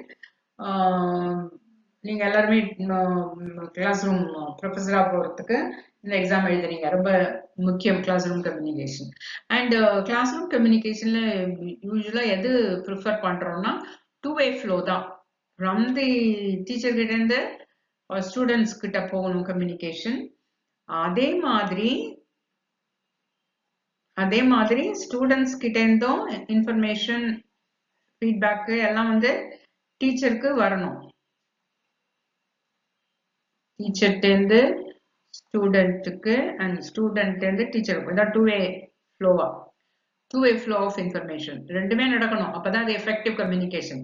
வெறுமனே எல்லாத்தையும் டீச்சர் பேசிட்டே லெக்சரிங், அதனால்தான் lecture method is not preferred in a classroom. வேண்டாங்கிறாங்க, லெக்சர் பண்ணாத ஏன் பண்ணாத. It is one way flow of information. Teacher பேசுவாங்க, டீச்சர் கேட்பாங்க, டீச்சரே பதில் சொல்லுவாங்க, டீச்சரே எழுதுவாங்க, டீச்சரே அழிப்பாங்க. So one way flow is not advisable. Communication it's a failure. One way flow of information is not needed. நமக்கு என்ன வேணும்? Two way flow. அதனாலதான் மற்ற மெத்தட்ஸ் யூஸ் பண்ண சொல்றோம். Debate, discussion, group discussion, project. So all these methods are preferred in classroom communication. அப்பதான் effective communication நடக்கும். அதுக்கு தான் டீச்சர் வந்து இப்போ என்ன சொல்றோம்? Teacher should play the role of guide, facilitator, mentor, motivatorனு சொல்றோம். வெறும் லெக்சரர்னோ டீச்சர்னோ சொல்றது கிடையாது. இங்க ஒரு லிஸ்ட் ஆஃப் திங்ஸ் இருக்கு. கிளாஸ் ரூம்ல என்னெல்லாம் நம்ம செய்யணும் ஃபார் எஃபெக்டிவ் கம்யூனிகேஷன் நடக்கிறதுக்கு, எப்படியெல்லாம் நம்ம கிளாஸ் ரூம்ல மேனேஜ் பண்ண முடியுங்கிறது. ஸோ லிஸ்ட் ஆஃப் பாயிண்ட்ஸ் கொடுத்துட்டு ஏற்கனவே நம்ம மெஜாரிட்டி நம்ம ஏற்கனவே பார்த்ததுன்னா பி கிளியர். ஸோ நீங்க எழுதுறதுலையும் பேசுறதுலையும் சொல்றதுலையும் எல்லாத்துலேயும் கிளாரிட்டி இருக்கணும்னு பார்த்துட்டோம் நம்ம. So clarity is the first and foremost principle. And KISS பிரின்சிபிள்னா என்னன்னு பார்த்தோம். Keep it simple and shorter. இந்த மாதிரி நிறைய பிரின்சிபிள்ஸ் இருக்கிறதுனால இந்த சயின்ஸ்னு சொல்றோம் கம்யூனிகேஷனை. And be humorous. The teacher வந்து சம்டைம்ஸ் விட்டியா இருக்கணும். கிளாஸ் ரூம் அப்பதான் என்கேஜா இருக்க முடியும். சும்மா சீரியஸா படத்தையே நடத்திட்டு இருந்தா உங்களுக்கு போர் அடிக்கும். ஸோ ஒரு எக்ஸாம்பிள் சொல்றேன் கேளுங்க. ஒரு டீச்சர் வந்து சாக்ரட்டிஸ் பத்தி கிளாஸ் நடத்திட்டு இருந்தாங்க. உங்களுக்கு தெரியும், சாக்ரட்டிஸ் வந்து கிரீக் பிலாசபர். அவரோட மெத்தட் ஆஃப் டீச்சிங் வந்து ஆல்வேஸ் ஆஸ்கிங் கொஸ்டின். அவரோட டிசைப்பிள வந்து கொஸ்டின் கேட்பாரு, அவங்கள ஆன்சர் பண்ண வைப்பாரு, அப்புறம் அவங்க தெரியாததை சொல்லுவாரு அவரு. ஸோ இவங்க இந்த டீச்சர் வந்து ஸ்டூடெண்ட்ஸ்க்கு சொல்லும் போது அவங்க கேட்குறாங்க, ஸ்டூடெண்ட்ஸை பார்த்து ஏதாவது ஒரு சாக்ரட்டிஸோட ஒரு ஃபேமஸ் செயிங் சொல்லுங்கிறாங்க. உடனே ஒரு பொண்ணு எழுந்துச்சு சாக்ரட்டிஸ் சொன்னாரு, ஐ know that I no nothing அப்படின்னு சொன்னாராம். சாக்ரட்டிஸ் ஒரு டைம் சொல்லியிருக்காரு, ஐ know that I no nothing, எனக்கு ஒன்றும் தெரியாதுன்னு எனக்கு தெரியும். ஸோ அந்த டீச்சர் சொல்றாங்க, சாக்ரட்டிஸ்கே இந்த கதினா நம்ம நிலைமைய என்ன நினைச்சு பாருங்க அப்படின்னு கேட்கறாங்க. அதுக்கு உடனே ஒரு ஸ்டூடெண்ட் இருந்துச்சு, வி ஆர் இன் பிக் ட்ரபிள்னு சொல்லியிருக்கு. ஸோ எல்லாரும் பயங்கரமா சிரிச்சிருக்காங்க. ஸோ அந்த சந்தர்ப்பத்தை பயன்படுத்திக்கிட்டு இந்த டீச்சர் கிளவரா பாத்தீங்களா, சாக்ரட்டிஸே வந்து just knowing the information is not everything, but you should sometimes recognize what you don't know. உனக்கு தெரியாத நீ அக்செப்ட் பண்ணிக்கணும், and you should be open to learning. அதை தெரிஞ்சுக்கிறதுக்கு முயற்சி பண்ணணும். சாக்ரட்டிஸே அதை அப்படி சொல்லியிருக்காரு. அதனால நம்மளும் வந்து நம்மள உள்ளார இருக்கிற சாக்ரட்டிஸை தட்டி எழுப்பி நமக்கு என்ன தெரியாதுங்கிறத தெரிஞ்சுக்கிட்டு அதை கத்துக்கிறதுக்கு ரெடியா இருக்கணும். அதுக்கு நீங்க கொஸ்டின்ஸ் கேட்கணும், தெரியாததை தெரியாதுன்னு சொல்லி கேட்கணும்னு சொல்லி எக்ஸ்பிளைன் பண்ணாங்க. ஸோ இது மாதிரி அவங்க சொல்ல வந்ததையும் சொல்லிட்டாங்க, கொஸ்டின் கேட்கணும்னு சொல்லிட்டாங்க, சாக்ரட்டிஸ் கதையும் தெரிஞ்சிச்சு அவங்களுக்கு. அவர் எப்படி சாமர்த்தியமா I know that I know நத்திங்னு சொல்லியிருக்காரு. ஸோ இந்த மாதிரி அந்த சுச்சுவேஷனை பயன்படுத்தி அப்போ என்ன சொல்ல விரும்புறாங்களோ அதையும் சொல்லி கொஞ்சம் ஹியூமரஸா இருந்தா கிளாஸ் ரூமும் நல்லா இருக்கும். என்ன சொல்லணுமோ அது ஸ்டூடெண்ட்ஸ்க்கு போய் சேரவும் செய்யும். அண்ட் எம்பத்திங்கிறது வேற, சிம்பத்திங்கிறது வேற. சிம்பத்திங்கிறது பரிதாபப்படுறது, எம்பத்திங்கிறது அடுத்தவங்க நிலைமையில நம்மள வச்சு நினைச்சு பாக்குறது. இப்போ ஃபார் எக்ஸாம்பிள் கிளாஸுக்கு லேட்டா வந்தா டீச்சர் வந்து உள்ள 5 நிமிஷம் லேட்டாவோ 10 நிமிஷம் லேட்டா வந்தாலோ ஏதாவது பனிஷ்மெண்ட் கொடுப்பாங்க, எழுத சொல்லுவாங்க, இம்போசிஷன் இதெல்லாம் வேற. பட் ஒரு ஸ்டூடெண்ட் வந்து வீட்டுல வேலை செஞ்சுட்டு அதுவே தான் போய் சம்பாதிச்சு எல்லாருக்கும் கொடுத்துட்டு சமைச்சிட்டு வரணும்னா அந்த நிலைமை டீச்சர் தெரிஞ்சதுன்னா என்ன பண்ணுவாங்க, ஒரு 10 மினிட்ஸ் 5 மினிட்ஸ் லேட்டா வந்தாலும் அந்த கேர்ளை வந்து கண்டுக்க மாட்டாங்க. இதான் எம்பத்தி. தன்னை வந்து அடுத்தவங்க நிலைமையில நான் ஹோம்ஒர்க் கொடுக்கும்போது சில டீச்சர்ஸ் டெஸ்ட் அனௌன்ஸ் பண்ணுவாங்க. நாளைக்கு நான் இப்போ சப்போஸ் மேத்ஸ் டீச் பண்றேன்னு வச்சுங்க, நாளைக்கு மேத்ஸ் டெஸ்ட்னா உடனே பசங்க சொல்லுவாங்க, ஐயோ மேம் எங்க பயாலஜி டீச்சரும் நாளைக்கு டெஸ்ட் சொல்லியிருக்காங்க. உடனே எனக்கு தெரியும், ஏன்னா ஐ எம் எம்பத்தட்டிக், 2 சப்ஜெக்டும் படிக்க முடியாதுன்னு. உடனே நான் என்னோட டெஸ்டோட டேட்டை மாத்திக்கிறேன். ஓகே நீங்க நாளைக்கு எழுது. இது empathy. So putting ourselves in the shoes of the others. Empathy வேணும். And promote equity and equality. அது என்ன ஈக்குவாலிட்டி நமக்கு தெரியும். ஈக்குவாலிட்டினா எல்லாருக்கும் சமமா கொடுக்கறது, பாரபட்சம் இல்லாம எல்லாருக்கும் சமமா கொடுக்கறது ஈக்குவாலிட்டி. What is equity? ஈக்விட்டிங்கிறது சமமா இருக்கிறதோட பிளஸ் ஒரு சமூக நீதியும் அதுல இருக்கும். சமூக நீதி அம்சம் இதுல இருக்கும். என்னன்னு பாக்குறீங்களா? நான் எக்ஸாம்பிள் சொன்னா உங்களுக்கு புரியும். இப்போ நம்ம வந்து ஸ்டூடெண்ட்ஸ்க்கு வந்து எக்ஸாம் ஹால்ல எல்லாருக்கும் 3 hours பேப்பர்னா 3 hours தான் எழுத கொடுப்போம் பரீட்சையில. அது பப்ளிக் எக்ஸாமா இருக்கட்டும் இல்ல வாட் எவர் இட் இஸ். ஆனா அதுல விஷுவலி சேலஞ்சு ஸ்டூடெண்ட்ஸ் இருந்தா அவங்களுக்கு என்ன கொடுப்போம், ஒரு 3.5 hours கொடுப்போம். இல்லையா? விஷுவலி சேலஞ்சு ஸ்டூடெண்ட்டுக்கு இதுதான் ஈக்விட்டி. மற்றவங்களுக்கு யாருக்காவது 5 நிமிஷம் கூட குறைச்சு கொடுப்போமா? கொடுக்க மாட்டோம். அது ஈக்குவாலிட்டி. ஆனா இங்க விஷுவலி சேலஞ்சு ஸ்டூடெண்ட்க்கு மாத்திரம் ஒரு 1/2 மணி நேரமோ இல்ல 3/4 மணி நேரமோ இல்ல 1 மணி நேரமோ நம்ம கூட கொடுக்குறோம். ஏன்னா அது ஒரு சமூக நீதி அடங்கி இருக்குது. ஏன்னா அந்த பொண்ணால படிக்கிறது சிரமப்படுது, அதுக்கு டைம் கூடுதலா தேவைப்படும். சமூக ரீதியா அது ஒரு குறைபாடு உள்ளதால அதை நம்ம ஒரு நீதி மூலமா சரி பண்றோம். அதுதான் ஈக்விட்டி. இப்ப புரிஞ்சிருக்கும்னு நினைக்கிறேன். சோ டீச்சர் எப்பொழுதுமே ஈக்விட்டியும் ப்ரமோட் பண்ணணும், ஈக்குவாலிட்டியும் ப்ரமோட் பண்ணணும். No your subject. டீச்சருக்கு தான் எடுக்க வேண்டிய சப்ஜெக்ட் பத்தி மாத்திரம் தெரிஞ்சா மட்டும் பத்தாது, அந்த ஸ்டூடெண்ட்ஸ் யாருக்கு எடுக்க போறோங்கிறவங்களையும் தெரிஞ்சிருக்கணும். There is a proverb. If you want to teach John French, the teacher has to know French as well as John. நான் ஜானுக்கு பிரெஞ்சு எடுக்க போறேன்னா எனக்கு பிரெஞ்சும் தெரிஞ்சிருக்கணும், ஜானை பத்தியும் தெரிஞ்சிருக்கணும். அப்பதான் என்னால குட் டீச்சரா இருக்க முடியும். யாருக்கு எடுக்கிறோம், என்ன எடுக்கிறோம், அவங்க லெவல் என்ன, அவங்க ஸ்ட்ரென்த் என்ன, அவங்க வீக்னஸ் என்ன, அதான் நோ யுவர் ஸ்டூடெண்ட். சப்ஜெக்ட் கண்டிப்பா தெரிஞ்சே ஆகணும். இங்கிலீஷ் எடுக்கிறேன்னா எனக்கு கிராமர் தெரியணும், போயம் தெரியணும், லிட்ரேச்சர் எல்லாம் தெரியணும். அதான் no your subject. No your students also. And encourage students participation. Students கேள்வி கேட்கவும் அவங்க பதில் சொல்லவும் கலந்து உரையாடவும் அனுமதிக்க வேண்டும். Ask questions. டீச்சர் கேள்வி கேட்கணும். Let students ask questions. Students டீச்சரை கேள்வி கேட்கணும். ஸோ இதெல்லாம் டீச்சர் ப்ரமோட் பண்ணணும்.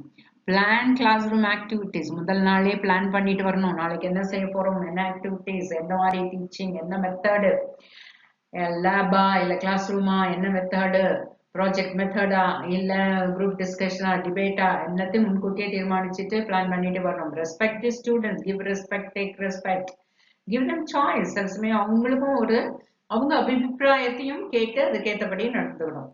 டோன்ட் டாலரேட், அதுக்காக don't tolerate bad behaviour. So teacher வந்து ஸ்டூடெண்ட்ஸோட சாய்ஸையும் கேட்கணுங்கிறதுக்காக அவங்களோட பேட் பிஹேவியர் எல்லாம் பொறுத்துக்கிட்டு இருக்கணும்னு அர்த்தம் கிடையாது. சில சமயம் ஸ்டூடெண்ட்ஸ் அன்ரூலியா கிளாஸ் ரூம்ல பிஹேவ் பண்ணலாம், இல்ல புல்லி பண்ணலாம், அதெல்லாம் பொறுத்துக்க வேண்டிய அவசியம் இல்ல. அந்தந்த நேரத்துல அவங்கவுங்கள அடக்கி வச்சு இல்ல வெளியில பனிஷ்மெண்ட் கொடுத்து அதெல்லாம் செய்யணும். Don't tolerate bad behaviour. நீங்க கைண்டா இருக்கணும், எம்பத்தட்டிக்கா இருக்கணும், உங்க சாய்ஸ் கேட்கணும், உங்க விருப்பத்துக்கு விடணும், அதெல்லாம் வேற விஷயம். ஆனா அதுக்காக அவங்க பண்ற அட்டகாசத்தை எல்லாம் சவிச்சிட்டு இருக்கணுங்கிறது கிடையவே கிடையாது. அண்ட் பிரேக் மொனாட்டனி, ஒரே மாதிரி ஒரே ராகத்துல ஒரே இந்த பாடத்தை எடுத்துக்கிட்டே, எனக்கு தெரியும் சில மேத்ஸ் டீச்சர் அப்படியே ஃபார்முலா போட்டு போட்டு போட்டு போட்டு வேகமா அவங்க எழுதுறாங்களா, பசங்க படிக்கிறாங்களா, பாக்குறாங்களா, புரியுதா, அவங்க மூஞ்சில புரிந்த கண்ணு தெரியுதா, ஒன்னும் பார்க்க மாட்டாங்க. அவங்க பாடு போர்டுல திரும்பினாங்கன்னா அந்த பக்கம். So that should not be the case. Break monotony, அந்த ஒரே மாதிரியான தன்மையை உடைச்சி எறிஞ்சு மாத்திக்கிட்டே இருங்க. ரீஇன்ஃபோர்ஸ் லேர்னிங், கற்றுக் கொடுத்ததை மீண்டும் ஒரு தடவை கேள்வி கேட்டு அதை மறுபடியும் ரிவிஷன் பண்ணி அவங்க ஸ்ட்ராங்கா அந்த அதை வந்து இந்த எஸ்ஆர் ஸ்டிமுலஸ் ரெஸ்பான்ஸ் பாண்டை ஸ்ட்ரென்தன் பண்ணணும். அதான் reinforce learning. Active listening, teacher ஆக்டிவா லிசனும் பண்ணணும், ஸ்டூடெண்ட்ஸோட விருப்பத்தை லிசனும் பண்ணணும். கிவ் நெசசரி பாசஸ், அப்பப்போ சில பிரேக் கொடுத்து நிறுத்த வேண்டிய இடத்துல நிறுத்தி டோனை மாத்தி டெக்னிக்கை மாத்தி ஒரு மாறுபாடு கொடுத்துட்டே இருக்கணும். ஸ்டூடெண்ட்ஸை என்கேஜா பிஸியா வச்சுக்கிறதுக்கு, இன்ட்ரெஸ்டடா வச்சுக்கிறதுக்கு டீச்சர் இந்த மாதிரி பல வகையான டெக்னிக்ஸ் அண்ட் ஸ்கில்ஸை கையாள வேண்டும். அப்பதான் effective class. So in this, what are the functions and objectives of communication பார்க்க போறோம். என்ன ஃபங்க்ஷன் நமக்கு ஏற்கனவே தெரியும், flow of information or knowledge. கம்யூனிகேஷன்னாலே இன்ஃபர்மேஷனையோ நாலேஜையோ ஷேர் பண்ணிக்கிறது. அண்ட் எந்த லேர்னிங்க்கும், எந்த ட்ரைனிங்க்கும், எந்த ஸ்கில் டெவலப்மெண்ட்டுக்கும் நம்ம என்ன கண்டிப்பா யூஸ் பண்ணி ஆகணும், கம்யூனிகேஷன் மூலமா தான் நம்மளால லேர்ன் பண்ண முடியும். Class room communication, training, communicate, teacher has to, the trainer has to communicate with the students, trainees. And skill development-க்கும் communication இருக்கணும், அப்பதான் நம்மளால கத்துக்க முடியும். ஸோ அது எல்லாத்துக்கும் இந்த கம்யூனிகேஷன் தேவைப்படுது. அண்ட் கோல் செட்டிங்க்கும் நமக்கு கம்யூனிகேஷன் வேணும். இந்த ஸ்டெப்ஸ் என்னென்ன கோல்ல இப்போ எதை எப்படி அடைய முடியுங்கிறதுக்கு நம்ம கம்யூனிகேட் பண்ணாதான் தெரிஞ்சுக்க முடியும். அதே மாதிரி பிளான் பண்றதுக்கும் நமக்கு கம்யூனிகேட் பண்ண தெரியும். And response and feedback. So receiver கிட்டேருந்து வர்ற ரெஸ்பான்ஸை வச்சுதான் சென்டர் வந்து என்னென்ன புரிஞ்சுக்கிட்டாரா, நான் அனுப்பின மெசேஜை இந்த ரிசீவர் வந்து புரிஞ்சுக்கிட்டாராங்கிறது வந்து தெரிஞ்சுக்க முடியும். அதுக்கேற்றபடி இம்ப்ரூவ் பண்ண முடியும். ஃபீட்பேக்கை வச்சு என்னோட கம்யூனிகேஷனை இம்ப்ரூவ் பண்ண. ஸோ இது எல்லாமே வந்து main objectives of the functions of the communication.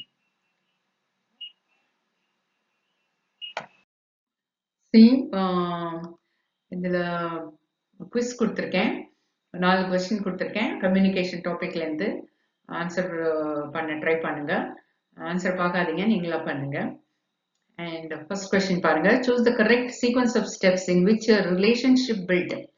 So ரிலேஷன்ஷிப்பை பில்ட் பண்றதுக்கு கம்யூனிகேஷன் ரொம்ப important. It can make or break a relationship. எந்த ரிலேஷன்ஷிப்பா இருந்தாலும் கம்யூனிகேஷன் ப்ராப்பரா இருக்கணும். அதனால தான் நம்ம சொன்ன கோர்டியஸா இருக்கணும், எம்பத்தி வேணும். அண்ட் 17 C's பார்த்தோம், 7 C's அண்ட் 5 Years எல்லாம் பார்த்தோம். ஸோ இதெல்லாம் மறுபடியும் என்ன சொல்றது, அடுத்தவங்க நிலைமைய நம்ம புரிஞ்சுக்கிட்டு கம்யூனிகேட் பண்ணணும். ஸோ நம்ம இல்லாட்டி ரிலேஷன்ஷிப் போயிடும். கிளியரா இருக்கணும்,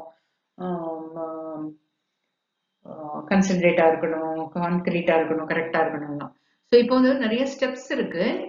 அது வந்து எந்த ஆர்டர்ல இருந்தா ரிலேஷன்ஷிப் பில்ட் ஆகும் அப்படிங்கிறது தான். ஸோ இப்போ 4 ஆப்ஷன் கொடுத்துருக்கு. இதுல பாருங்க, initial encounter, integration, experimenting, intensifying and bonding. So எந்த ரிலேஷன்ஷிப்பிங் எது ரொம்ப முக்கியம், பாண்டிங். ஸோ பாண்டிங் முடியறது கண்டிப்பா தான், அதான் ரிலேஷன்ஷிப். ஸோ எதுல ஆரம்பிச்சாலும் கடைசியா எதுல முடியணும், பாண்டிங், ஒரு கனெக்ஷன் உண்டாகணும். அதுதான். ஸோ இந்த 3ல தான் இருக்க முடியும். கரெக்டா? ஸோ இந்த 3ல பார்த்தா போதும் எது ரைட்டுன்னு.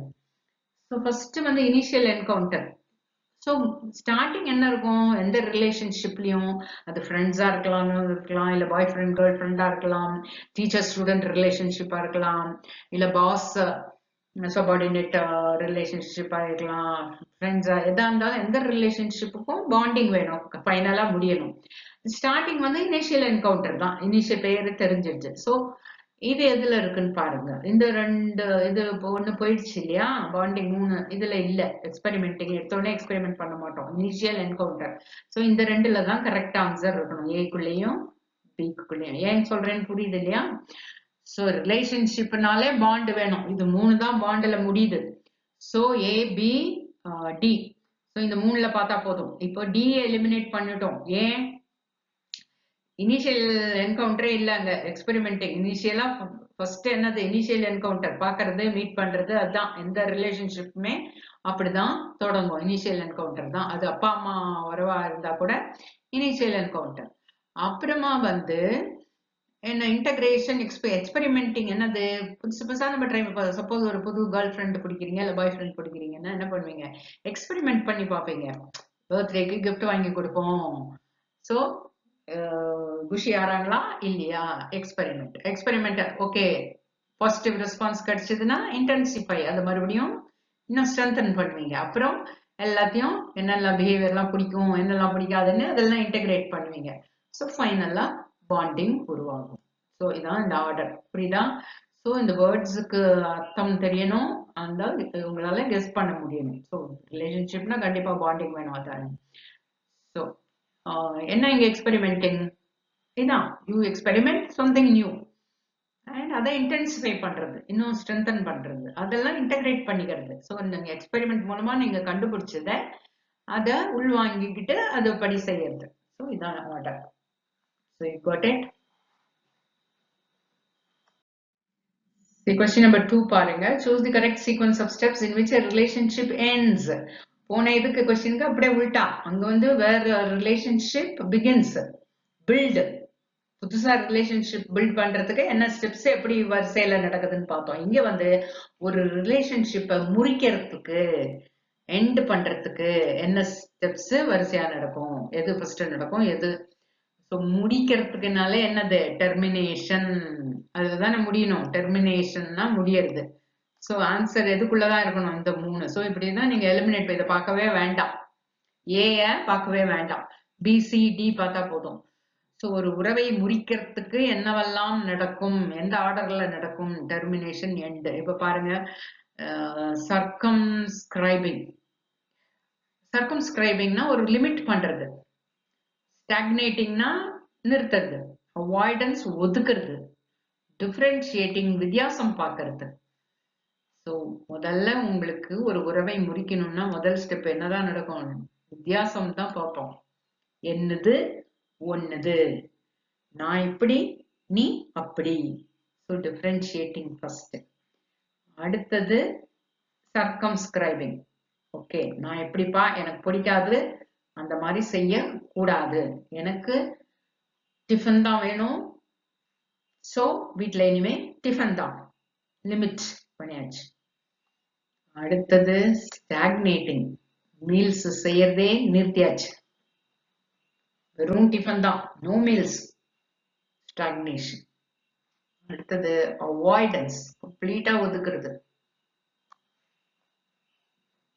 அந்த பர்சனை பார்த்தா, யார எந்த ரிலேஷன்ஷிப்பை ஒதுக்கணும்னு நினைக்கிறோமோ கம்ப்ளீட்டா அவாய்ட் பண்ணிடுறது. பார்க்கறது கூட கிடையாது, பேசுறது கிடையாது. ஆட்டோமேட்டிக்கா என்ன ஆயிடும்? டெர்மினேஷன் தான், டாடா பை பை தான். So this is the correct step. இப்போ புரியுதா? ஏன் இது 3ல எடுத்தோடனே நம்ம அவாய்ட் பண்றது கிடையாது, வேண்டாம். கடைசிய ஸ்டெப் தான். முதல்ல வித்தியாசம் பார்க்கறது, அப்புறம் ஒரு லிமிட் வச்சுக்கிறது, அப்புறம் அந்த லிமிட்டும் இல்லாம ஃபுல்லா நிறுத்திடுறது, அப்புறம் கம்ப்ளீட்டா வெறுத்து ஒதுக்குறது. Termination. So C is the correct sequence. இதெல்லாம் part of communication. You have to know. The next question, third question பாருங்க. The difference between mass communication and public communication. இது ஏற்கனவே நான் வந்து previous slideல சொல்லியிருக்கேன். mass communication என்ன, public communication. Public communicationனா உங்க முன்னாடி face to face audience உட்கார்ந்து இருப்பாங்க, இல்ல நின்னுட்டு இருப்பாங்க. ஸோ இதான் public communication. Face to face physical presence இருக்கும் ஆடியன்ஸ். மாஸ் கம்யூனிகேஷன்ல அந்த ஆடியன்ஸோட பிசிக்கல் பிரசன்ஸ் இருக்காது, ஆனா அவங்க ரேடியோ மூலமாகவோ இல்லை டிவி மூலமாகவோ நியூஸ் பேப்பர் மூலமாகவோ அந்த மெசேஜை பார்ப்பாங்க, படிப்பாங்க, கேட்பாங்க. ஸோ அதான் மாஸ் கம்யூனிகேஷன். ஸோ எது இது சரியா இருக்கு பாருங்க. ஃபர்ஸ்ட் ஒன் பாருங்க, இன் public communication the physical presence of the audience is there. ஆமா, right. While in mass communication, the message is conveyed through some medium like TV, newspaper, etc. Right. So, 2 pointum right. இதோட போதும், ஒண்ணே வச்சுக்கலாம். இருந்தாலும் சும்மா படிங்க. ஒரு தடவை படிச்சு பார்த்துடணும். ஃபர்ஸ்ட் ஆன்சரே கரெக்டா வந்தாலும் சும்மா எதுக்கும் நம்ம அவசரப்பட்டு டிக் அடிக்க கூடாது. எல்லாத்தையும் படிச்சு பார்த்துடணும். In public communication the physical presence of audience is not தேர்னு இருக்கு. So first point out. while in mass communication the message is conveyed through some medium like TV. ரெண்டாவது பாயிண்ட் ரைட். ஆனா ரெண்டும் ரைட் இருந்தா தான் இது right.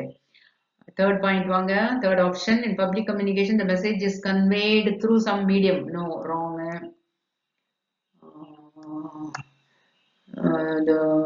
The physical and physical presence of audience is there in the mass communication. தப்பு. ரெண்டுமே தப்பு. ரெண்டு பாயிண்ட்டுமே தப்பு. இங்க வாங்க. Fourth, in public communication the physical presence of audience is there. இது correct. And mass communication the message is conveyed through some medium like physical presence. தப்பு. So இதில் ஃபர்ஸ்ட் ரைட்டு செகண்ட் தப்பு, இதில் ரெண்டுமே தப்பு, இதில் ஃபர்ஸ்ட் தப்பு ரெண்டாவது தப்பு, அதனால இது மூணும் கிடையாது. இதில் ரெண்டுமே ரைட்டு. ஒன்னில். So correct answer is 1. The fourth question ரொம்ப easy. In classroom communication feedback should be used to criticize students. எப்பயுமே ஸ்டூடெண்ட்ஸ் கிரிட்டிசைஸ் பண்ணவே கூடாது. And feedback should be used to plan future activities. Yes, feedback எதுக்கு எடுக்கிறோம்? Future ஆக்டிவிட்டீஸை மாற்றி அமைக்க, நல்லா improve பண்ணுறதுக்கு. And feedback should be use to make improvements. Yes, improvement எடுக்க. So both 2 and 3 are correct. ரெண்டுமே வேணும், இதுதான் correct. So fourth answer is correct. ரெண்டுமே இருக்கிறதுனால போத் 2 and 3 இந்த ஃபீட்பேக் யூஸ் பண்ணுறது. So is the correct. Okay friends, we have come to the end of the video. இந்த video உங்களுக்கு பிடிச்சிருக்கும்னு நினைக்கிறேன். கம்யூனிகேஷன் பற்றி முக்கால்வாசி சப் டாபிக் பார்த்துட்டோம். இன்னும் பார்க்க வேண்டியது பேரியர்ஸ்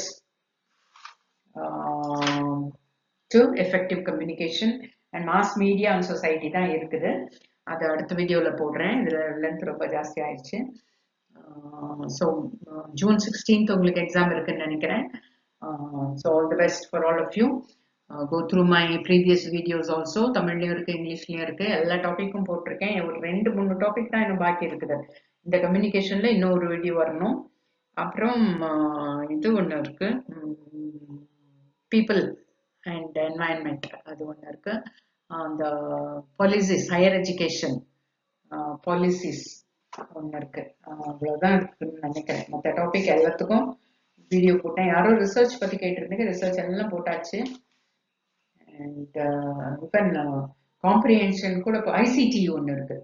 ஸோ இந்த வீடியோ இந்த பேரியர்ஸ் டு கம்யூனிகேஷன் போட்ட பிறகு அடுத்தது எப்படியாவது ICT போட்டு நான் ட்ரை பண்ணுறேன். இது இந்த 16th of June முடிஞ்சா பாக்கி ரெண்டும் போடுறேன். And anyway all the best for all of you. இந்த இடம் உங்களுக்கு எல்லாரும் ஒரே நாளில் எழுத போறீங்க, சேம் டேட்டு. ஸோ எல்லாருக்கும் ஒரே மாதிரியான question paper. So level of difficulty வித்தியாசப்படாது. அதனால உங்கள் ஸ்கோருக்குள்ள நார்மலைசேஷன் ப்ரொசீஜர் இருக்காது.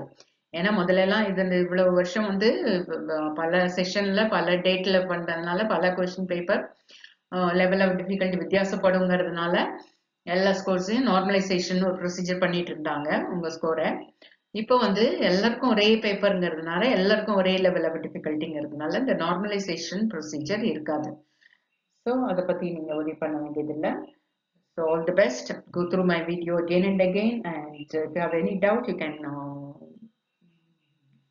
communicate in the comment box. Thank you. Bye bye. All the best.